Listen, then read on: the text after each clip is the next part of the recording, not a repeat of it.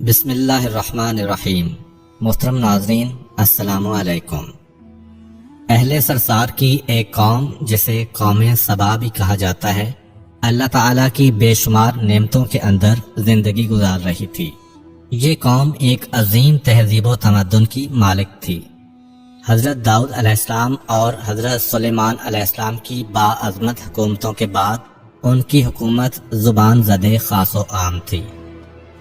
کہا جاتا ہے کہ یہ لوگ گندم کے مغز سے آٹا پیس کر روٹیاں پکاتے تھے، لیکن اس قدر اسراف کرنے والے اور ناشکرے تھے کہ انہی روٹیوں کے ساتھ بچوں کا پاخانہ صاف کرتے تھے۔ ان آلودہ روٹیوں کو اکٹھا کرنے سے ایک پہاڑ بن گیا تھا۔ ایک صالح شخص نے وہاں سے گزرتے ہوئے ایک عورت کو دیکھا جو روٹی کے ساتھ بچے کے پاخانے کے مقام کو صاف کر رہی تھی۔ اس شخص نے عورت سے کہا، تیرے اوپر افسوس، خدا سے ڈر، کہیں ایسا نہ ہو کہ خدا تیرے اوپر اپنا غضب ڈھائے اور تجھ سے اپنی نعمت چھین لے۔ اس عورت نے جواب میں مذاق اڑایا اور مغرورانہ انداز میں کہا، جاؤ جاؤ، گویا کہ مجھے بھوک سے ڈرا رہے ہو۔ جب تک سرسار جاری ہے مجھے بھوک سے کسی قسم کا کوئی خوف نہیں ہے۔ کوئی زیادہ عرصہ نہیں گزرا تھا کہ اللہ تعالیٰ نے ہوس بازوں اور اسراف کار لوگوں پر اپنا غضب ڈھایا۔ پانی جو کہ زندگی کی بنیاد ہے ان لوگوں سے چھین لیا تھا۔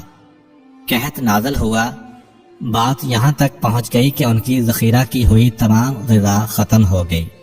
آخرکار وہ مجبور ہو گئے کہ انہیں آلودہ روٹیوں پر ٹوٹ پڑیں جو ان لوگوں نے اکٹھی کر کے پہاڑ کے مانند ڈھیر لگایا ہوا تھا، بلکہ وہاں سے روٹی لینے کے لیے صف لگتی تاکہ ہر کوئی وہاں سے اپنے حصے کی روٹی لے سکے۔ کفران نعمت، قحط اور ان کی بدحالی کے بارے میں متعدد روایات موجود ہیں۔ سورہ نحل کی آیت نمبر 112 اور 113 میں یوں ارشاد ہوتا ہے، اور اللہ نے اس قریہ کی بھی مثال بیان کی ہے جو محفوظ اور مطمئن تھا، اس کا رزق ہر طرف سے باقاعدہ آ رہا تھا، لیکن اس قریہ کے رہنے والوں نے اللہ کی نعمتوں کا انکار کیا تو خدا نے انہیں بھوک اور پیاس کا مزہ چکھایا، صرف ان کے ان اعمال کی بنا پر کہ جو وہ انجام دے رہے تھے، اور یقیناً ان کے پاس رسول آیا تو انہوں نے اس کی تکذیب کر دی، تو پھر ان تک عذاب آ پہنچا کہ یہ سب ظلم کرنے والے تھے۔ اسی قوم سبا کے بارے میں ایک اور واقعہ بیان ہوتا ہے کہ ان لوگوں نے اپنی زراعت کو بہتر طور پر کاشت کرنے کے لیے پانی ذخیرہ کرنے کی خاطر بلک کے دو پہاڑوں کے درمیان ایک بہت بڑا بند معرب تعمیر کیا ہوا تھا۔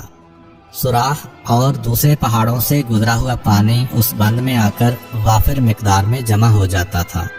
قوم سبا نے اس پانی سے صحیح طور پر استفادہ کرتے ہوئے وسیع و عریض اور بہت سے خوبصورت باغات لگائے اور کھیتی باڑی کو رونق بخشی۔ ان باغات کے درختوں کی شاخیں اس قدر پھلوں سے لدی ہوئی ہوتی تھیں کہ کہتے ہیں کہ اگر کوئی شخص سر پر ٹوکری رکھ کر ان کے نیچے سے گزرتا تو پھل خود بخود ٹوکری میں گرنا شروع ہو جاتے اور قلیل مدت میں ٹوکری تازہ پھلوں سے بھر جاتی۔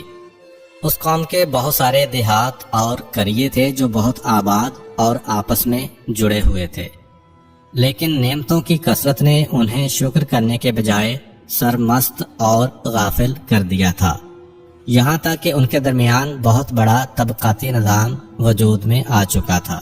ان میں سے صاحب اقتدار لوگوں نے کمزوروں اور ضعیفوں کا خون چوسنا شروع کر رکھا تھا، یہاں تک کہ ان لوگوں نے خدا سے ایک احمقانہ التماس کیا جس کا ذکر سورہ سبا کی آیت نمبر 19 میں ملتا ہے۔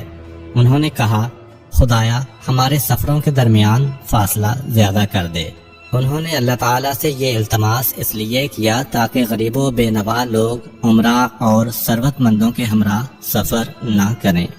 ان کی خواہش یہ تھی کہ آبادیوں کے درمیان خشکی ہو اور فاصلہ بہت زیادہ ہو تاکہ تہی دست اور کم آمدنی والے لوگ ان کی طرح سفر نہ کر سکیں۔